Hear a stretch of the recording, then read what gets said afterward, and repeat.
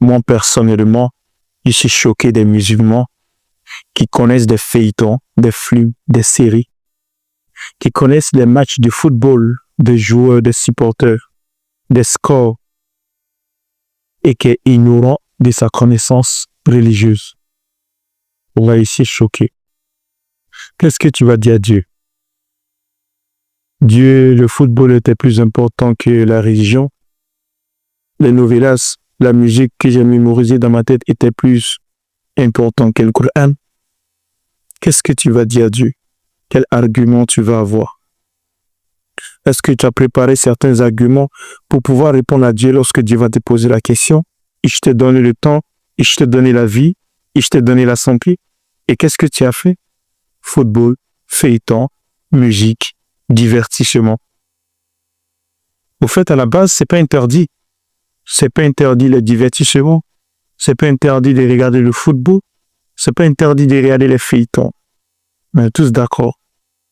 Mais lorsque les feuilletons, le football, la musique nous distraient de notre religion et fait de telle sorte qu'on est ignorant de notre religion, là, il y a un problème. Parce que c'est comme on a plus aimé le divertissement plus que notre religion. Alors qu'on va aimer plus notre religion plus que le divertissement. Parce que si on aime notre religion, on va avoir une vie facile dans ce monde et une vie facile dans l'au-delà. Mais si on a aimé le divertissement, alors on peut avoir une vie vraiment géniale, mais une vie difficile les jours de Yom Al-Kiyama. C'est ça le problème. Il faut faire la part des choses. Il y a un temps pour être sérieux, il y a un temps pour être un peu distrait, ou s'épanouir, pour pouvoir profiter de certaines choses.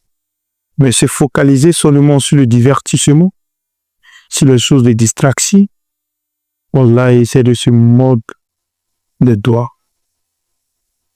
C'est pour ça que Dieu dit quiconque fait du mal à lui-même. Quiconque fait du bien à lui-même. Il dit le bien d'atomes que tu feras sur la terre, tu verras. Le bien et le mal, tu verras. Essentiel, mon frère, fais la part des choses. Demande-toi, est-ce que tu connais des versets, des sourates que tu dois faire dans la prière? Est-ce que tu connais le message d'Allah? Est-ce que tu connais les attributs d'Allah? Est-ce que tu connais le nom d'Allah? Est-ce que tu connais ce que Allah est capable de faire lorsque tu le désobéis? Est-ce que tu sais ce que Allah est capable de faire lorsque tu l'obéis? Est-ce que tu connais cet homme qu'on appelle Mohammed? Est-ce que tu connais les Sahaba? Est-ce que tu connais Omar ibn Khattab? Tu connais Ousmane ibn Affan? Tu connais Ali ibn Abu Talib?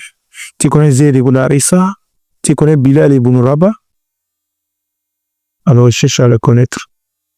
Ça serait mieux pour toi ici-bas et dans le delà.